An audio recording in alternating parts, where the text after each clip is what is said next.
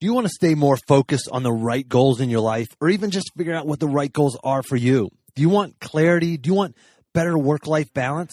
Well, you're in the right place. Welcome to Success Through Failure.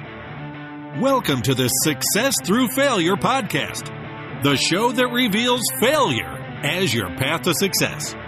You'll listen to intriguing interviews with some of the most successful people on the planet and learn how their failures became a launchpad for success and how yours can too. Here's your host, former Division I All-American wrestler, former Division I head coach, speaker, and personal coach, Jim Harshaw. Welcome to another episode of Success Through Failure. Today I bring you Dan Tudor. Before I bring on my guest, I need to share something important. For years, I struggled to feel confident around the type of people that I spend much of my time with, successful people like millionaires, CEOs, leaders. Part of it was just mindset, but also part of it was how I looked. Look good, feel good, as the saying goes. And I didn't look good. I didn't have clothes that fit and made me feel confident. So I started buying expensive shirts, but then I had to get them tailored fit to me, an athletic build.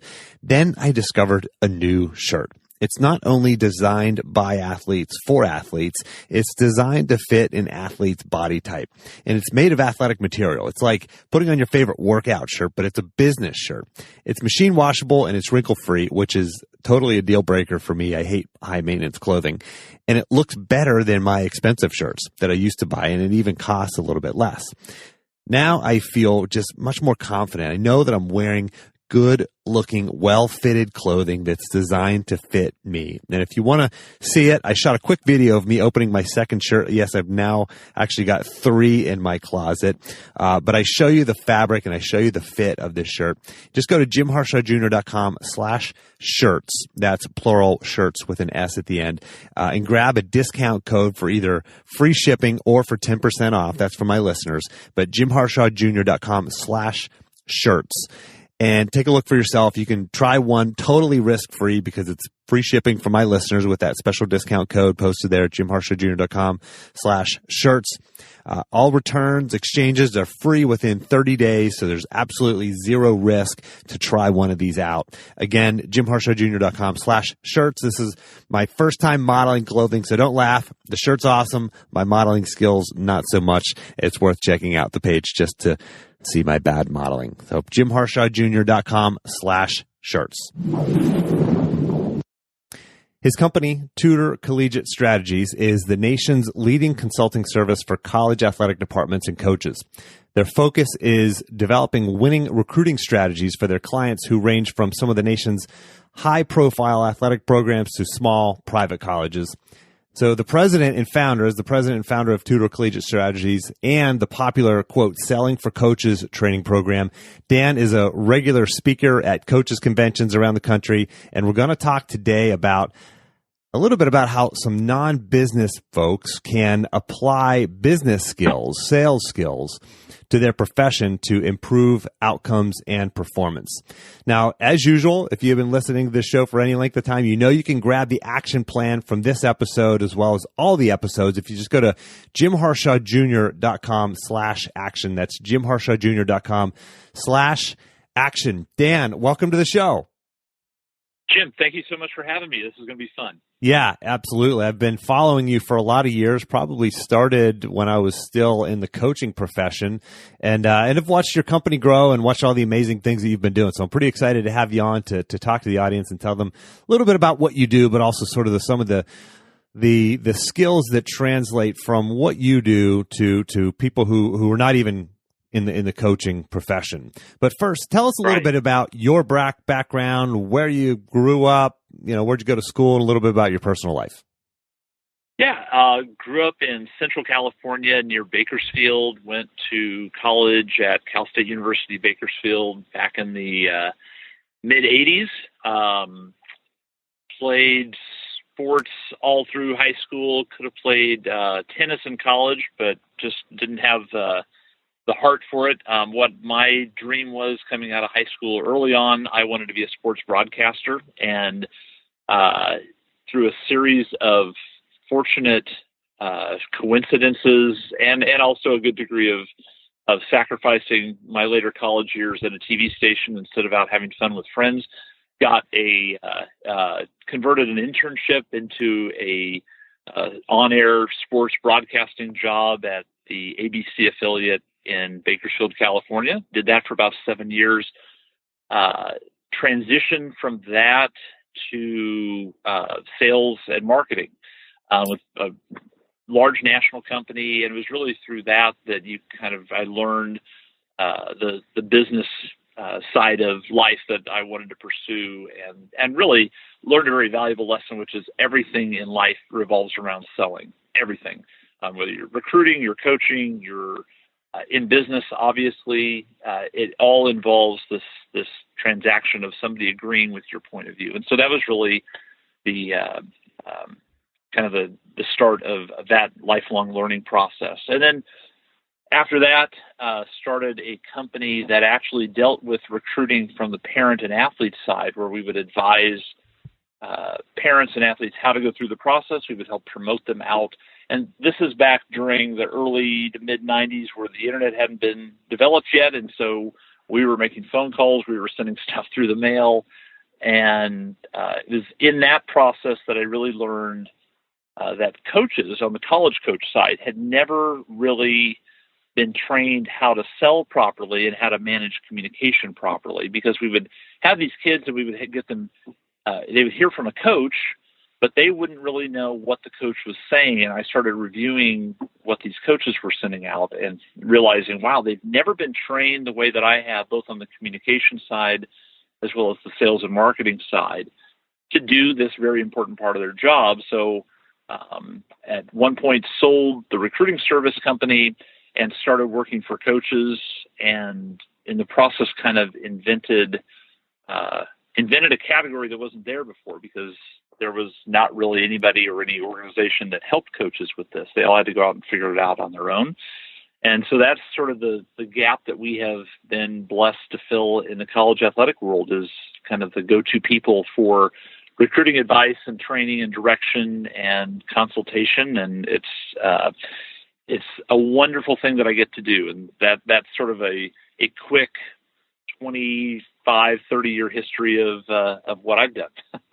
Yeah, and like you said, you really have carved out a unique niche in what you do. Niche. Everybody says it a little bit differently. And I just find it fascinating, because there seem like there's a lot of services like the one you originally started that help parents and helps athletes get recruited. But you're on the other side. You're working with the coaches and helping them be better at sales. I mean, imagine that was, it's very unique. You created a business that doesn't seem. I imagine there are competitors out there, but it doesn't. None that I really know of. You're certainly the leader in the niche, if there are others. But was that a little bit scary, a little bit risky, taking a leap and starting a company like this, or how did this all come about? It would be an understatement to say it was scary and it was a risk. So a big check mark in that category, because we actually don't have competitors. And I think the reason we don't is that, and you are cut from a coaching cloth, so you know how most coaches operate. It's for just anybody listening that doesn't understand college athletics or would be on the outside looking in, college athletics, and you know this, Jim, is a very closed world. It's a very small group of vendors, relationships, experts, and to break in takes a long time. Once you're in, then you're in. And you're trusted, and as coaches move around colleges, they sort of take those vendor relationships and those professional relationships with them. And that's how we have grown and been successful, that we're good at what we do, and we have a good track record. And once you break in and help a coach understand how they can be better, then you're in. We don't have competition, and that sounds like, to somebody listening, it might sound like wow, it'd be great just not to have any competition. There's a lot of cases where it would be good to have a competitor or two, because then you can compare yourself to them, and then it doesn't become a choice of do we hire a Dan, the recruiting consultant, or do we just do it on our own? It would become a choice of, is it Dan or are these other two better? Right. And so that's an interesting twist on how we have to present ourselves, because there is no other choice. They either do it themselves or they have us help them. And I think the reason there's no competitors, that first of all, you talk about niche, it's a very niche, research-based understanding of how these kids and parents go through the recruiting process and how coaches would be best advised to recruit them in the language that's used. So it's a very small segment of information that we work with. And the other thing is that if somebody does what I do, goes out and speaks, they do consulting, the business world is much more lucrative. And I think anybody that starts off would look at what I'm doing and say, well, why would I want to limit myself to these 1,400 colleges or about 45,000 coaches around the country? I could go into business and I could have millions of customers, or at least be potentially in front of millions of people, if not tens of millions. And so they'll swing for the fences and hit that. And I just, because I have this passion for athletics and I love helping people, and I love seeing somebody that didn't think they could be successful within their program be successful. This is just my niche. And so to have somebody come in and compete, it would take a long time to break in and a long time to kind of get to the level that we're at now. And I think it's just probably for most sane people that would look at what I'm doing and say, that guy's crazy and he's not making as much money as he probably could in the business field. They choose to go into the business side of things.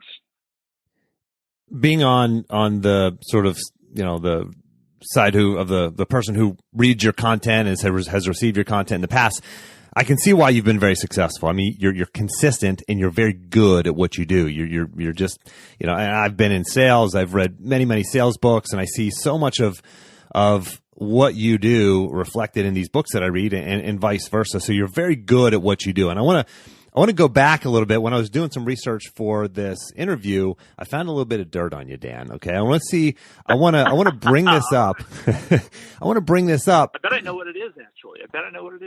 So go ahead. Okay. So, and the reason I want to bring this up is because you faced some criticism, and this is about 7 years ago now. And I think this is something that a lot of people face, a little bit of criticism, a little bit of doubt from other people, and we immediately go, okay, well, maybe I shouldn't do this. We have that little voice inside us that says, well, maybe they're right, maybe the critics are right, maybe I shouldn't do this, maybe I can't do this. And this is from an article in the Washington Post in 2009.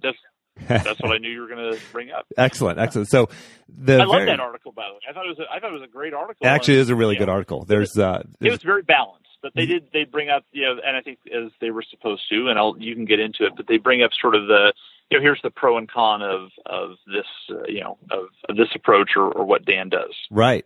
And again, I want the listener to take this in a broader perspective and understand that you're going to have these same sort of criticisms and doubts from the outside, but you push through these. And this is the first paragraph of the article, second or third sentence. It says, he has never recruited a prep athlete, and his coaching experience is limited to a volunteer stint with a high school football team. Recruiting experts say they've never heard of him, and some question whether the services he provides, namely teaching college coaches how to sell their schools to recruits, are truly necessary. How do you react to something like that? I thought it was, my stint lasted 10 years, and when I said it was a volunteer, I wasn't a teacher at the high school, but I did everything that a regular coach would do. So I think sometimes, and I'm from the media, you have to understand that I was on the other side of this. So sometimes you frame something to make it a more intriguing story or to sort of hook people into reading it, and you might take some liberties and exaggerate a little bit. Sure. Not saying that I've ever done that, Jim, but the possibility exists that I did. Of course. And so, that I think is what the Washington Post did. But everything else is true. Never was a part of a college staff that recruited an athlete.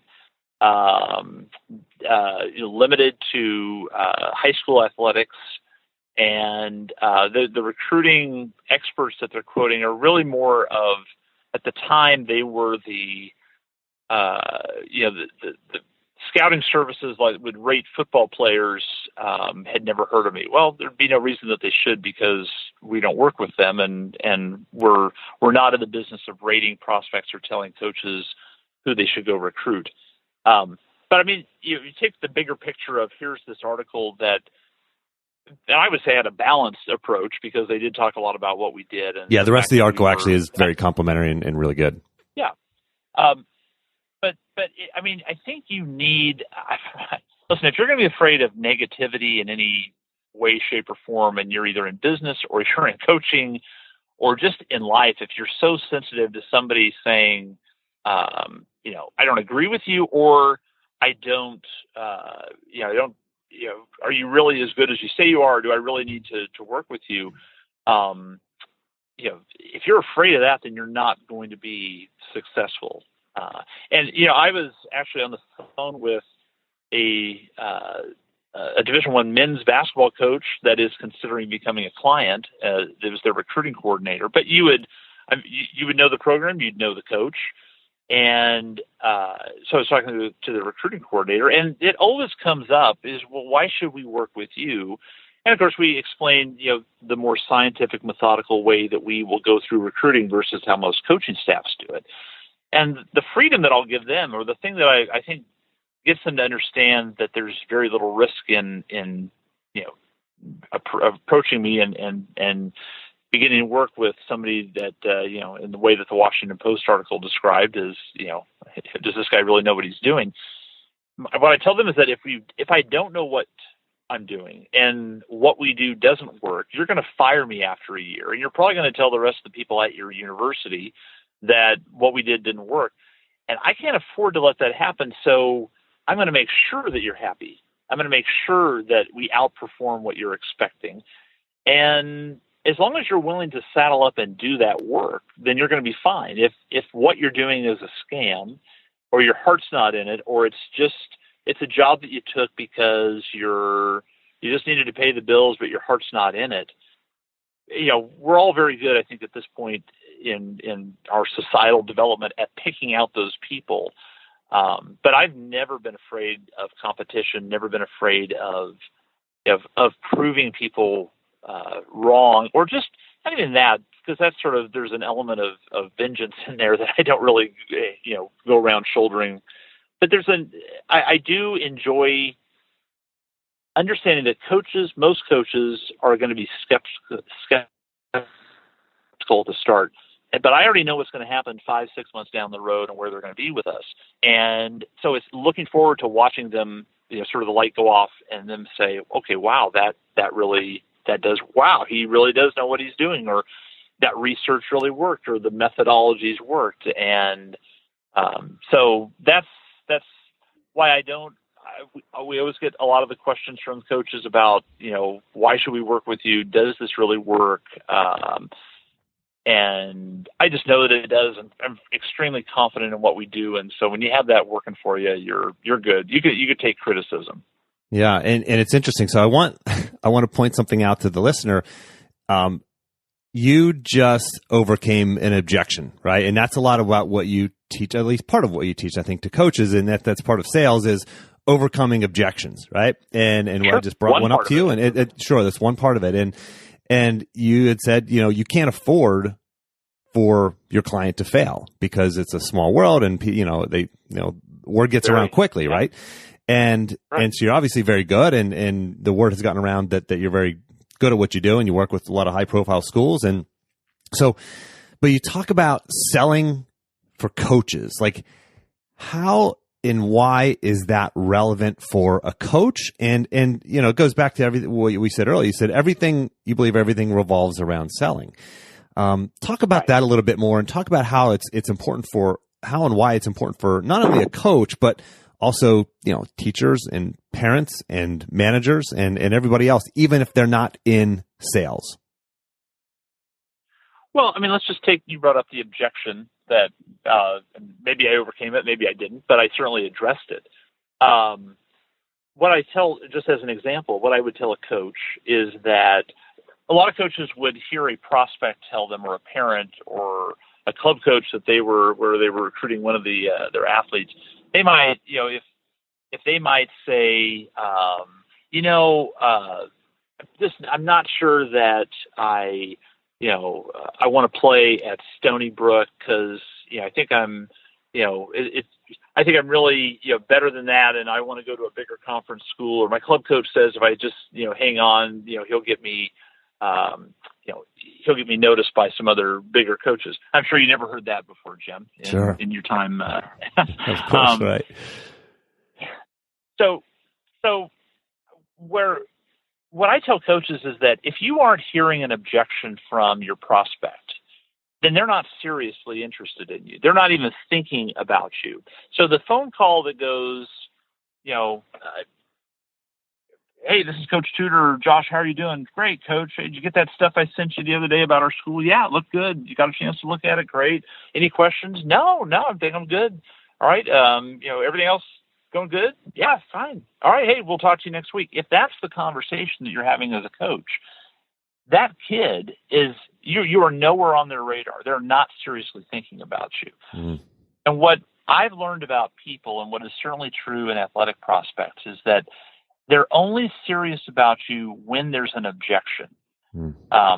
I'll extend that out because why would we bring up an objection? We're going to bring up an objection because we want somebody to help us answer the question. Yeah, sure.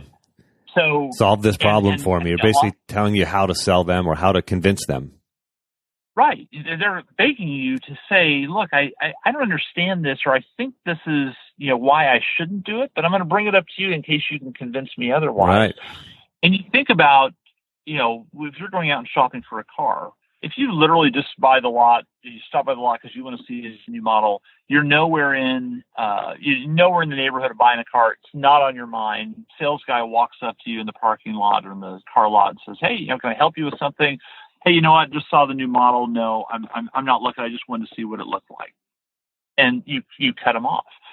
If I'm the same person that walks onto the same lot, same sales guy comes up and he asks that same question, and I say, yeah, I'm just wondering the finance deal that's going on. How much down do you have to have, or whatever the question is, or is this? My friend has one of these, and he says it gets good gas mileage. But how good is the gas mileage? Well, I'm bringing that up as a question or an objection because I want an answer to it. If I don't want to engage with somebody, and I don't want to, I'm not seriously considering them, why do I want to get into a discussion or an argument with them? Sure. If I'm a prospect or I'm buying a car or whatever the service or thing that I'm doing, it's meaningless. I mean, we just went through a presidential election. There's a big part of the country that wasn't going to be swayed either way. Hillary Clinton could have been indicted, and she still probably would have gotten the same amount of votes. Donald Trump could have lived up on his promise and shot somebody, on Fifth Avenue in New York, and probably still would have got the same amount of votes. And there was that little slice in the middle that was actually open to, being swayed.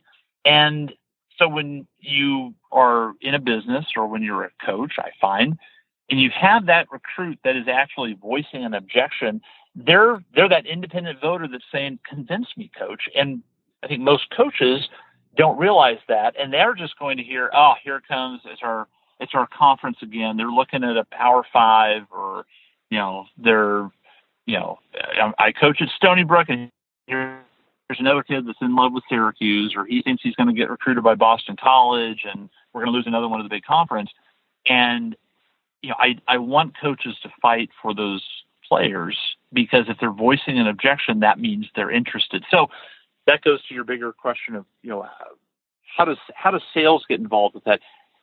And Jim, this, everything that we do all day long revolves around selling, convincing people that they should see it our way, convincing that they should vote for our candidate, buy our car. Everything around us is sales related. It's the logos we look at in a shopping center. It's the shoes we choose to wear. It's, do I go to Starbucks or Dunkin' Donuts? I mean, everything revolves around these sales messages and the stories that we tell ourselves and that marketers tell us.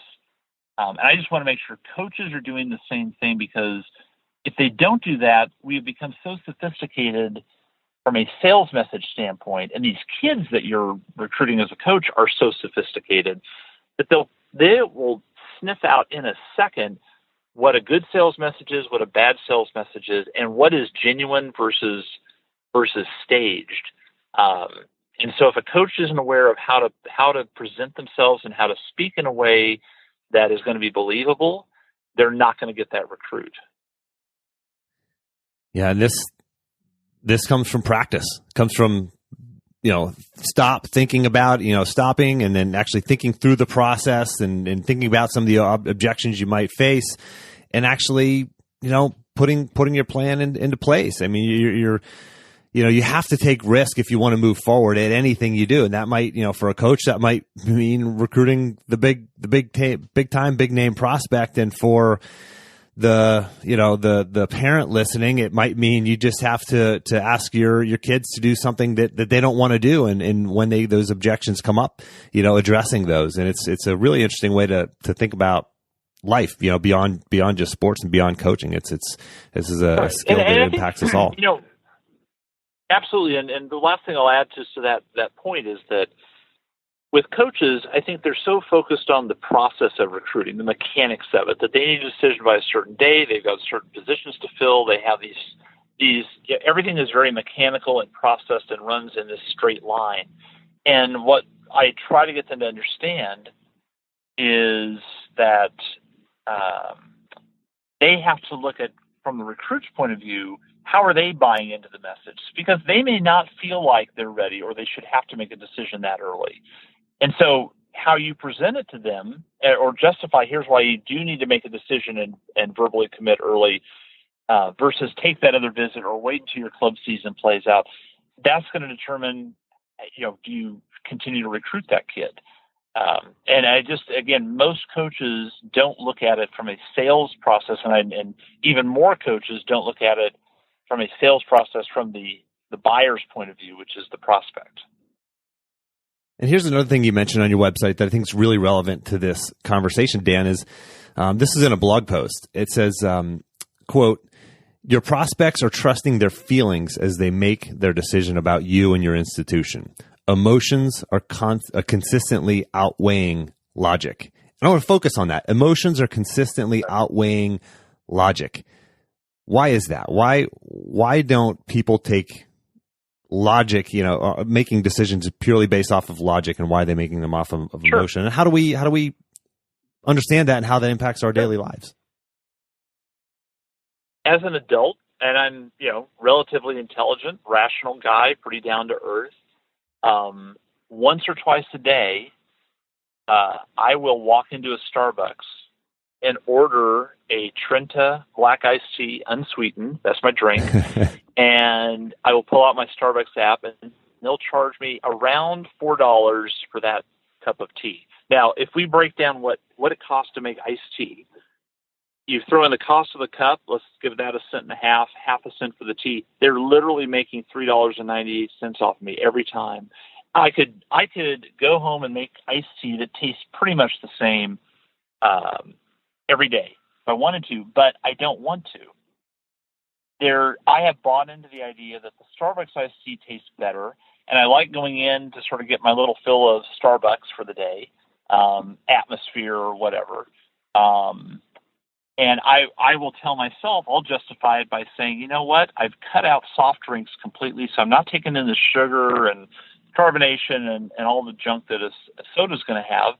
Iced tea is at least a somewhat healthier alternative. And so that's my justification for it. So I have told myself this elaborate story about why Starbucks iced tea at $4 for a giant cup is okay. And lots of other people would say, absolutely not, Dan, you're nuts. I would never pay that much for iced tea. But then they go around and they'll pay for something else. And so the story and the emotion behind making a buying decision, that's how we all make buying decisions. There's no logical reason why anyone would go out and buy a new car. There's plenty of used cars for sale that would get you to point A to point B. Car sales, which you can learn a lot about recruiting from observing car sales. Car sales are are the ultimate emotional decision. If you buy a new car, you drive off the lot and immediately you're going to lose a couple of $1,000s in depreciation immediately. And so everybody should buy a used car. Everybody should buy a car for around $1,000 that was 9 or 10 years old, get what they can out of it, and eventually it's going to catch fire at the side of the road. You walk away and buy another car for $1,000. That's the logical, prudent, financially sound way to buy a car. And yet what do? I want the one with leather seats. Well, maybe I'll wait another month because then the new models will come out, and that one has the bigger touch screen on the dash. And there's no logic behind it. So as a society, we don't make many logical buying decisions. And it's all revolving around emotion. I'm not saying that that's right. I'm just looking at it from a practical standpoint. That's how we make buying decisions. That's how these kids, when they're being recruited athletically, are making decisions. And so what I'll often point out to coaches, it's big-time Division I coaches or small school D3 coaches, you look at the reasoning when we get kids to talk about why they make a buying decision, why they chose that school, or why didn't they go to the other school that in some cases on paper would have been seemingly the better choice. And they never answer logically. They never say, well, I compared U.S. News and World Report, and their engineering program was ranked 3 spots higher than the other school I said no to. They don't ever say that. In basketball, men's basketball, on signing days, when somebody commits, you read the article about, well, so why did you commit to such and such a program? And almost to a person, it was, I went on campus and I felt like I was at home. I felt like coach really wanted me more here. Or I really felt like I could fit into their system. That key word felt, or I feel this way, that's how they're making the decision. And again, our job is to then get coaches to understand that and accept it, number one, because a lot of them, believe it or not, have trouble accepting that it is not a logical decision. That the new arena doesn't necessarily mean their recruiting class is going to go through the roof and fix all the problems. It's getting them to understand that it is a feeling. And then how do you base a recruiting message around connecting with that feeling rather than only pointing out a bunch of facts about the school and thinking that that's going to convince a kid to come there, because it never does. So for the coaches out there who are listening, the college coaches, hiring Dan Tudor is a lot cheaper than buying building a new arena. Well, yes, far less. The other thing though too is, and I think the importance of what we do is, even back off, let's just take me out of it. The importance of paying attention and really understanding how to sell and market and create the right message and understand how these kids are buying. The importance of that is that careers are at stake, because most college coaches are going to get fired. And the reason they get fired is because they're not winning. The reason they're not winning is because they don't get the right recruits. And so we're in the business of getting the right recruits that make the difference 3 or 4 years down the line, where they can then win the games that they need to win to keep the job. And that's the pressure on coaches is intense.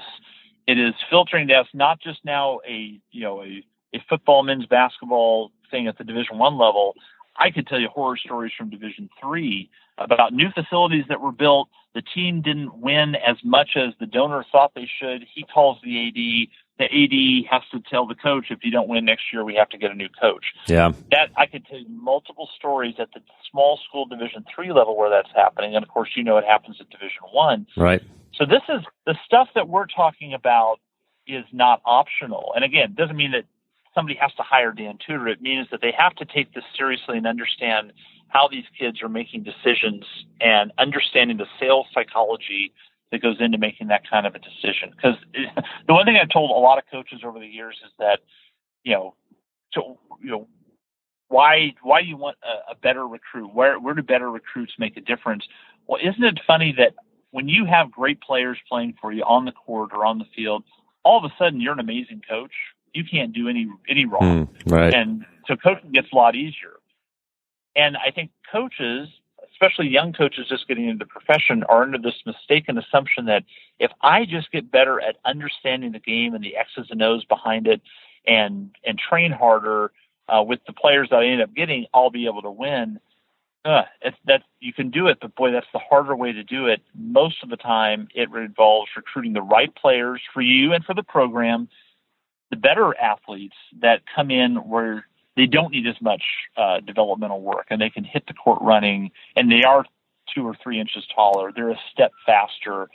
Those are the ones that end up making the difference in saving careers. And I have seen the other side of success, because I know you focus a lot in your talks about, kind of learning from failure.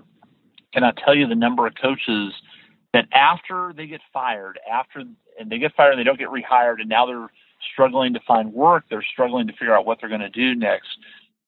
That's when it finally hits home. Like, I wish we would have been more serious about recruiting. I wish it would have, I would have taken some time away from watching that film 3 more times and instead spending that time calling kids for the future team. And recruiting is the easiest thing to put off and not worry about or not devote time to or get good at developmentally as a coach, because it's in the future. And the tyranny of the now, the next game, the next film breakdown, that's the thing that takes precedence. And that's the thing that I think has ended more careers or damaged more programs than anything else. We don't have a bunch of dumb coaches running around. Pretty much every basketball coach that I've worked with at every level could stand up at a whiteboard and compete with each other in knowledge of X's and O's. The good ones have really taken and quietly understood that, hey, if I get good at recruiting, and if I really get good at understanding the sales message and psychology behind recruiting, and if I translate that into my message and I get better recruits, I'm going to win. And that's the much easier way to do it. You look at any program, any great coach, what's their hallmark? They know how to recruit. They get good players. And isn't it amazing? Those are the ones that just keep winning every year.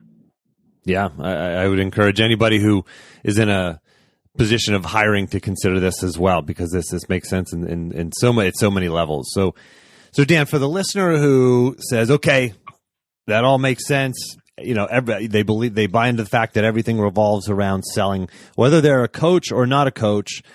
What's an action item that they can do in maybe the next, let's say, 24 to 48 hours? Maybe that's a sales book you can recommend or something like that. But what's something they can do the next 24 to 48 hours to improve their sales skills?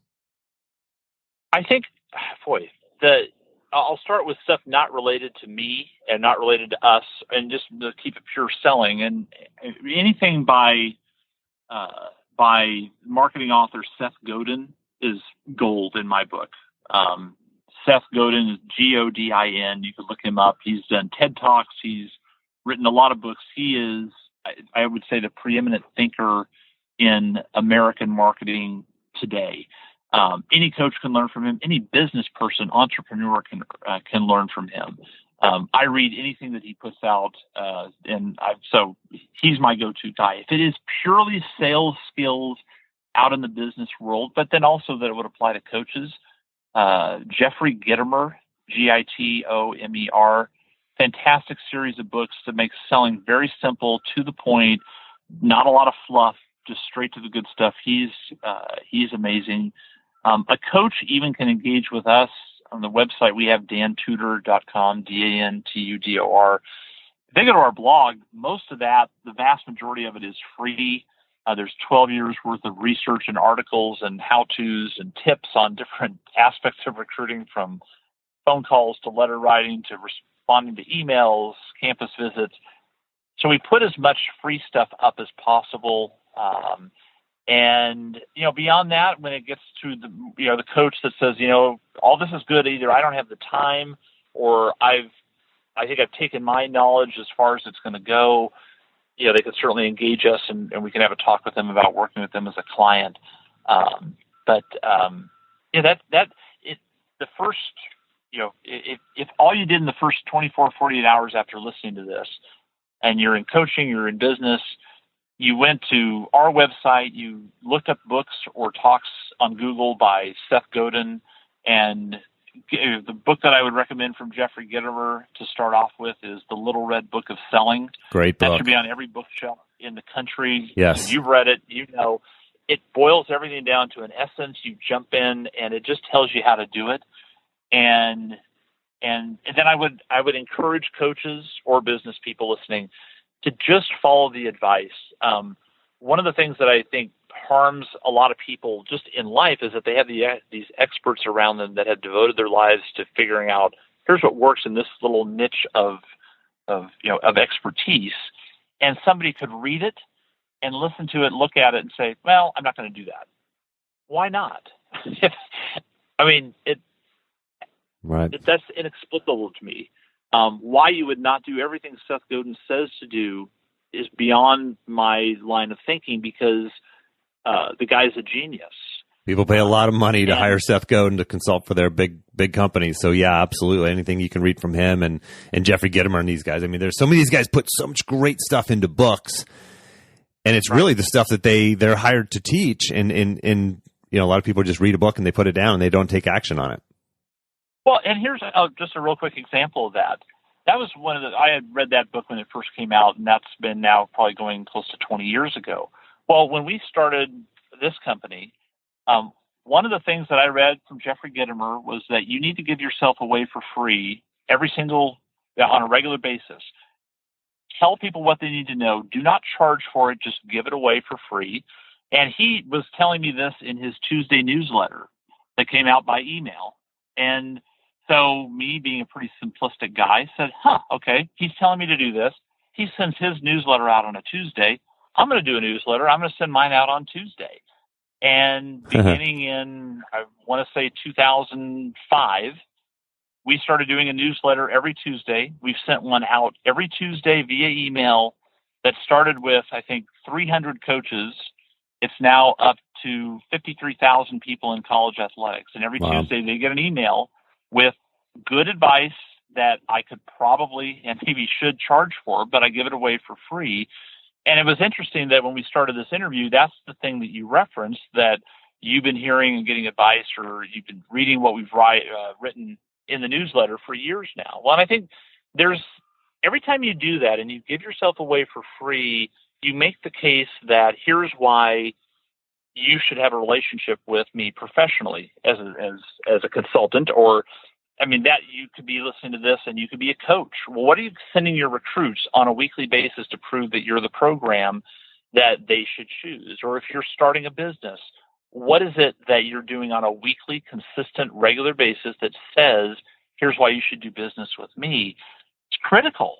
It's critical. Yeah, absolutely. I know coaches who read every single one of yours. I know when people have email newsletters, the open rates plummet pretty quickly in terms of the number of people who actually open and read those emails. But yours, I know coaches who read it religiously. So it's high quality content. And that's just a good business lesson and for all of us. So Dan, thank you so much for making time to come on this show.